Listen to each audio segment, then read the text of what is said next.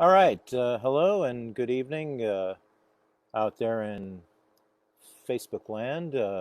My name is Sid Yiddish, and this is the quarter hour, uh, starting on time for a change. And welcome to one and all on to this fourth episode of the quarter hour.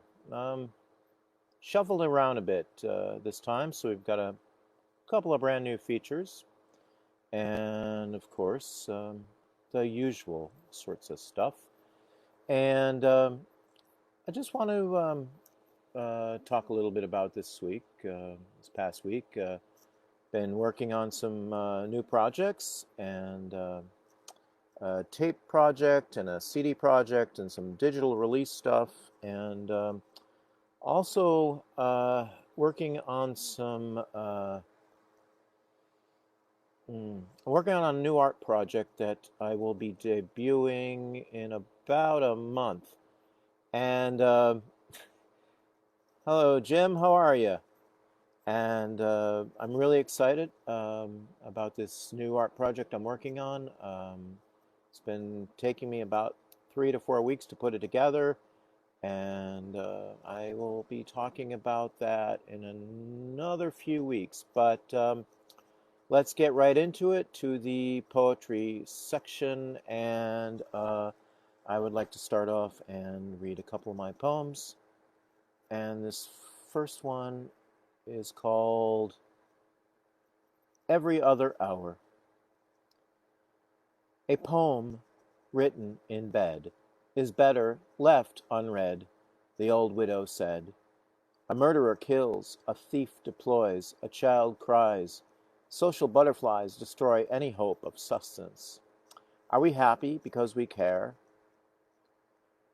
Without giving the cold hard stare, a poem written in bed is better left unread, especially if it mocks you.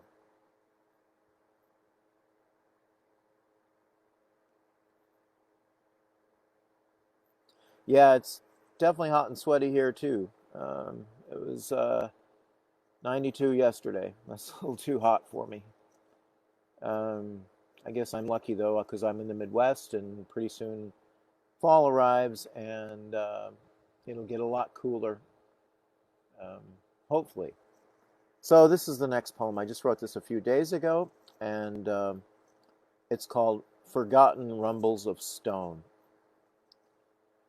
Ugly noise rustling inside the boys who play those drama circle games, sitting at the table with an empty chair, listening to glass breaking every single day. I go to bed in stitches, feeling forgotten.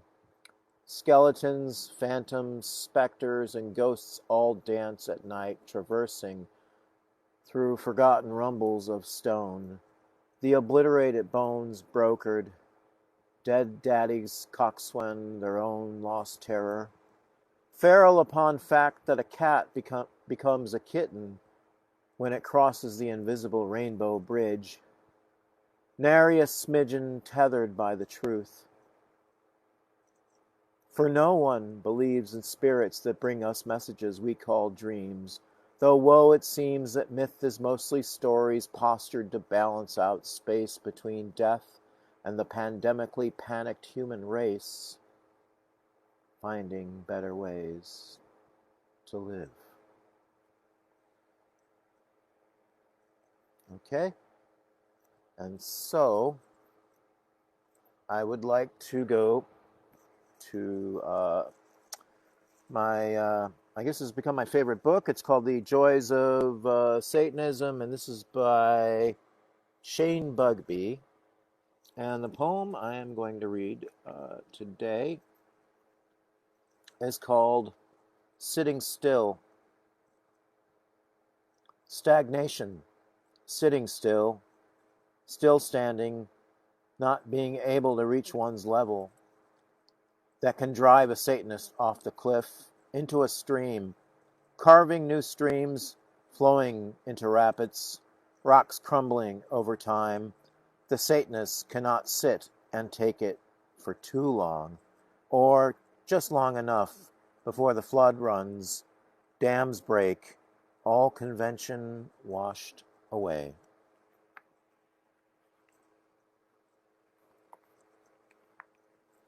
All right. And I would like to read this one, which is also a brand newish kind of poem. It's kind of a long one. It's by Jim Morrison, and it's called The Lost Writings of Jim Morrison. And the book is Wilderness and Other Poems. And this first one, is called Sirens. Water, rain and thunder, jet from the base, hot searing insect cry, the frogs and crickets, doors open and close, the smash of glass, the soft parade, an accident, rustle of silk, nylon, watering the dry grass, fire, bells, rattlesnake, whistles, castanets, lawnmower, good humor man, skates and wagons, bikes. Where'd you learn about Satan? Out of a book? Love? Out of a box? Nights of sin, the fall. First sex, the feeling of having done the same act in time before. No, not again.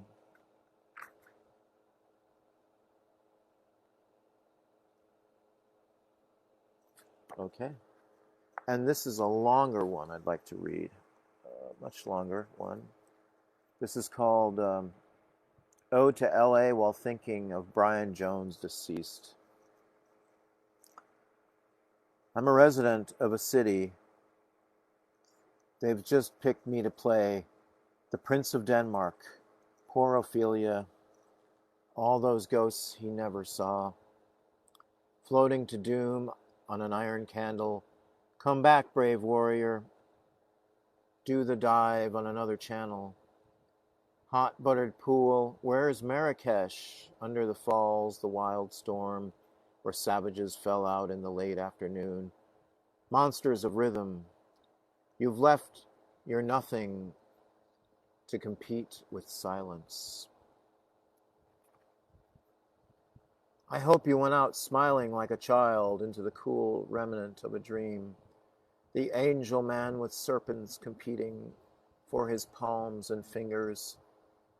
Finally claim this benevolent soul, Ophelia, leaves sodden and silk, chlorine dream, mad stifled witness. The driving board, the plunge, the pool, you were a fighter, a damask musky muse. You were the bleached sun for TV afternoon, horned toad's maverick of a yellow spot. Look now to where it's got you in meat heaven with the cannibals and Jews. The gardener found the body rampant, floating, lucky stiff. What is this green pale stuff you're made of? Poke holes in the goddess' skin. Will he stink carried heavenward through the halls of music? No chance, requiem for a heavy, that smile, that porky satyrs has leaped upward into the loam. Okay, and again, that is a book called The Lost Writings of Jim Morrison, and it's Wilderness, Volume 1. You see right there? Okay, and the last sort of story poem, this comes from my good pal Wesley Hine, from his book entitled Sugar Skull Poems / Fiction. I believe this one is probably a bit of both. And this is called Wood Glue. Growing up in Wisconsin, our beds had these big wooden headboards. When I was 8 or 9, my mother called me into my room. What are all those nicks in the headboard? I looked. There were tiny dents on the top of the headboard. As far as I could remember, they'd always been there. She said, I'll tell you what they are. I tested it. Yes, I did. What in this room could make this mark? So I picked up the alarm clock and struck it against the wood. Sure enough, it made the exact mark. As if I didn't understand, she began to demonstrate. She picked up the alarm clock and began drumming the corner of it against the wood. It made a rat-a-tat sound like a machine gun. When she was done, the alarm was scrambled. Is this what you do in here for fun? I shook my head. No. Well, this is what is going to happen, mister. I went to Ace Hardware. Yes, I did. I found this new product called wood glue. In the corner of my room was a tub that said wood glue. What you are going to do is use this stuff to fill in the dents of our nice wood headboard. She cracked the tub open and handed me a large stick like an oversized popsicle stick. Here, mister. What you do is take this stick and smear the wood glue across the nicks and fill them in. She left the room. So, holding back the tears, I scooped up some of the stuff and ran it across the wood. It was white and pasty. It smeared. It got into the dents all right, but now they look like little zits. I didn't have the words to argue with her, but I knew this was insane. I tried to be tough as boys are supposed to be, but the tears began to fall. Not just because I was innocent of making the dents, but because my mom seemed to think the glue would go into these nicks and somehow magically turn into wood. So I smeared and smeared until the headboard was worse than when I began. I knew that when she came back and saw this, she would get angrier. I smeared the stuff, hoping that my dad would come home in time. Then he would tell her that wood glue attached two pieces of wood together. It did not turn into wood.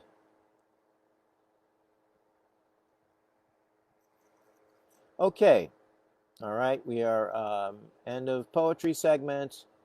Again, that was Wood Glue by my good buddy in LA, Wesley Hine.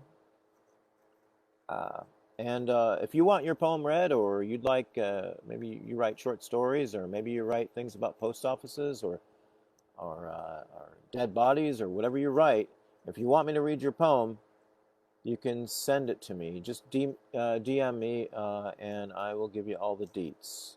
So now I'd like to go to this new segment that I've got, moving right along.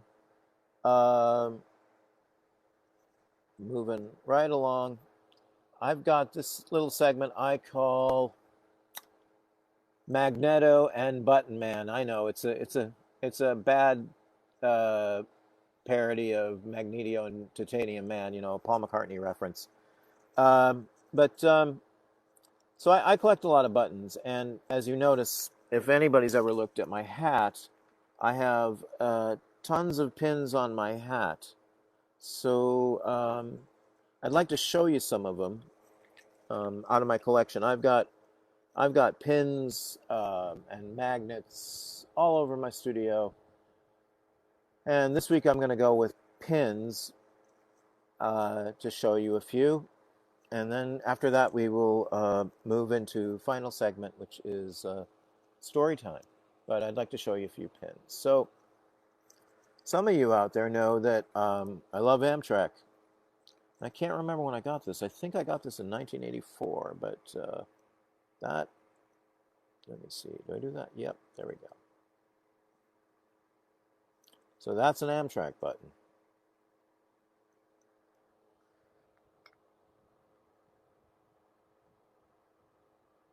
And this is from, I want to say, this is from Blue Man Group. Try to swing it like that. There we go. Sorry. Still not used to this. All right. And let's see here. Okay. And I know there's the Republican National Convention is tonight, but of course this is the only That's funny. Um, I'll show it to you in a sec. So this is the only button that I really have, and this is Vote Democratic. I think I've had that button probably since the 70s. I think I've had this button. Not an endorsement, but ironically, so I collect magnets, and I have like word magnets, and those are on my fridge and on my filing cabinet here at home. And this word popped out, brawl. So you see, that I think is not coincidence. It was supposed to happen. So uh, this one is kind of interesting. This one came from, I used to be a member of Paul McCartney's fan club when it used to be paper before it went digital. And that was from Buddy Holly Week. And the name of his fan club was called Club Sandwich. And you used to get these physical copies of all the stuff that Paul McCartney did. And it used to come with, used to send us great bonuses like trading cards and posters and, oh God, all kinds of trinkets. Those things were great. But alas, the digital age, and there it went. But there's a whole, I have a whole set of these. I don't know where the rest of them are, but this is just one of them.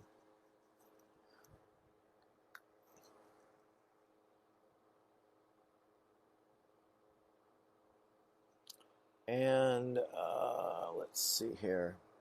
This one, it's a pretty tiny one. This I got from my graduate program pal Dustin Sellinger, and that's the name of his fanzine. I know I gotta go this way, I guess. Yeah, there we go. And Post-Punk Parenthood.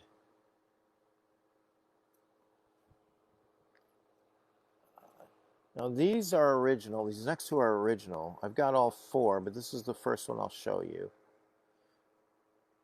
This is a George Harrison pin.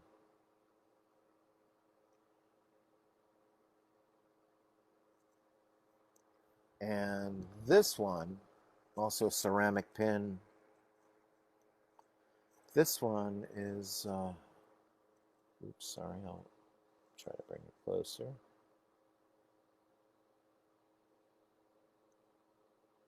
There we go. Yep.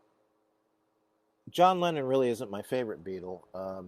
In order, it's Paul McCartney, Ringo Starr, George Harrison, and John Lennon. That's just how I roll with the Beatles. This one is definitely from the 80s. You may or may not remember them. The Fix, the band called The Fix. I'll try to pull it back for you. One of the many schools I attended in undergrad was Western Illinois University in Macomb, Illinois. And The Fix came to our school. I saw The Fix in '83 at the old Comiskey Park in Chicago. And they came to our school in, I want to say this must have been '84, I think, 1984. Yep. So that's that one. And I think I'll hold that one off. But I want to show one of my current ones. This is a really interesting one. This is I guess you'd call it a like a charity one that we did for myself and Jason Evil Covelli did this pin for our good buddy Bucko Crooks, who's we did this as a as a fundraiser because his father's cabin in just outside of Milwaukee burned down last, I want to say it was like a year ago, Veterans Day. And so I arranged it so these buttons would be for non-for-profit. And we'd sell them non-for-profit. There were a bunch sent to Bucko Crooks, who lives in Milwaukee. And I grab some, and Mr. Covelli has some, and we sell them. They're $5. I swear this is not a plug, but he likes, just so you know, Bucko likes French fries, so that's what's going on there with the sort of clown with the ketchup and the mustard and the French fries all covered. Pretty cool. Yeah? Okay. All right. So on we go to our last segment of the evening. We have a story and a storybook. And I kept hearing one particular one particular author. So I went out to the free library across the street to see what we could find. And, oh, lucky me, I found this Dr. Seuss book, and it's called I Can Read With My Eyes Shut. Look at that. Pretty neat. Okay, so this is called I Can Read With My Eyes Shut by Dr. Seuss. I can read in red. I can read in blue. I can read in pickle color too.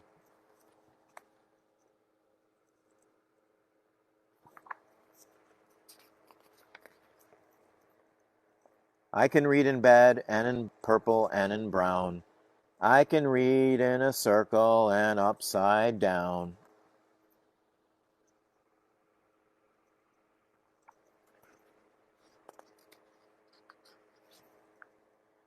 I can read with my left eye. I can read with my right. I can read Mississippi with my eyes shut tight.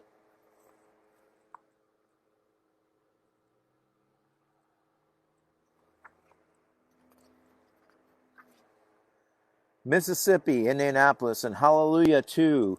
I can read them with my eyes shut. That is very hard to do.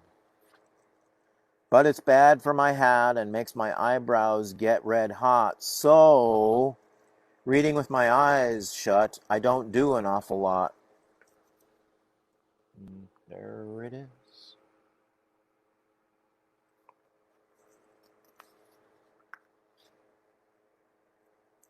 And when I keep them open, I can read with much more speed. You have to be a speedy reader because there's so much to read.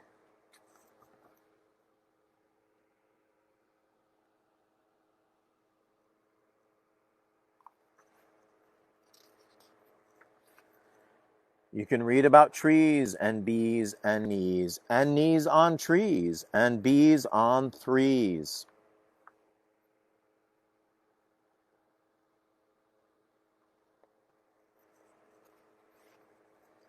You can read about anchors and all about ants. You can read about ankles and crocodile pants.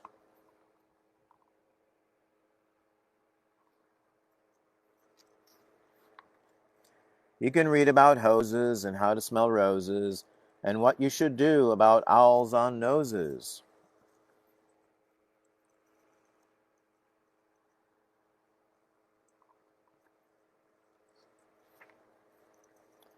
Young cat, if you keep your eyes open enough, oh, the stuff you will learn, the most wonderful stuff you'll learn.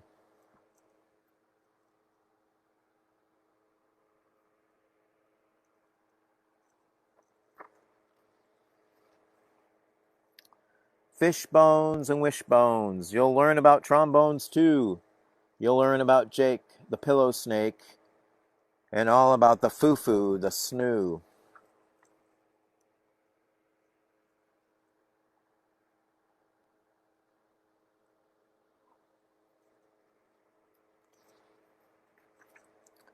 You can learn about ice. You can learn about mice, mice on ice, and ice on mice. You can learn about the price of ice. And there's a sign here that says, nice ice for sale, 10 cents a pail. Oh, that Dr. Seuss. He really knew how to write.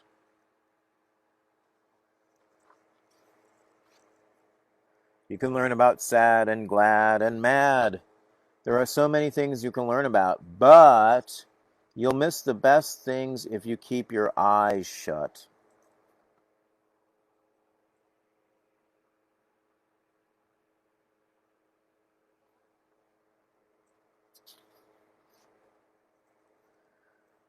The more that you read, the more things you will know. The more that you learn, the more places you'll go.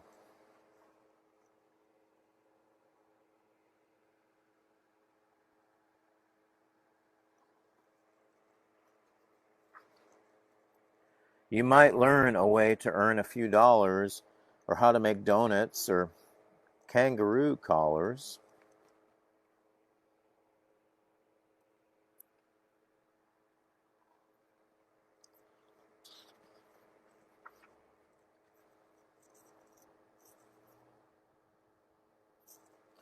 You can learn to read music and play a hut zut if you keep your eyes open, but not with them shut.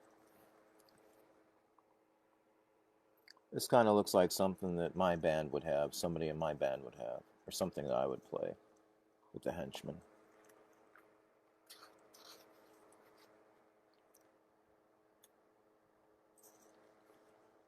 If you read with your eyes shut, you're likely to find that place where you're going is far, far behind.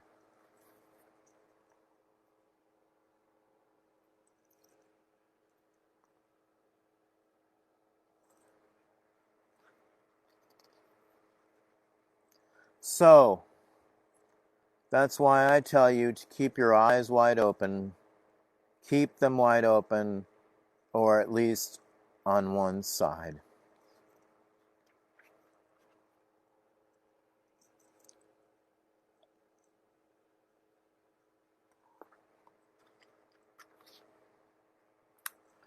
And that, my friends, is the end of the story. So, before I leave tonight, or leave you tonight, I would encourage you, if you are watching, or you've briefly watched, or perhaps you know somebody else who's watching and you would like me to read your poetry, your short stories, I don't know, your ketchup bottles, your instructions in Danish, just be sure and DM me, and I will promptly get it done for you. So, in the interim here, uh, I would just like to say to all of you, have a good week. I know the Republican National Convention is on, so if you want a good laugh, watch that. Um, uh, be safe, take good care of yourself, stay, uh,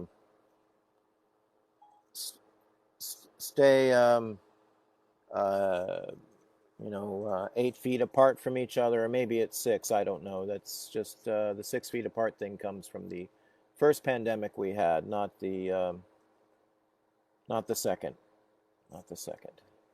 Um, anyway, the old clock is a ticking, so I'd like to say to those of you who watched, thanks for watching tonight. Um, for all of you who are in the afternoon, I'd like to say good afternoon to you. Oh, yes, I'm sorry. I meant to plug. Yes, if you'd like to watch a really cool show, uh, watch James Gauthier show on Thursday at would be 8 o'clock Central Time, 6 o'clock Pacific Mountain Time. Only here on Facebook. So again, it's a really great show.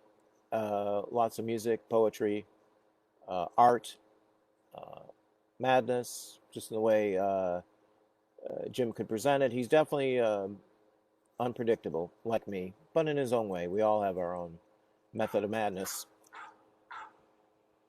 So as I was saying, to all of you, uh, if you're in the afternoon, good afternoon to you. If you're in the morning, like they are in Denmark, I want to say good morning to you. And if you're in the evening, I'll say have a great evening. And until next time, see you soon.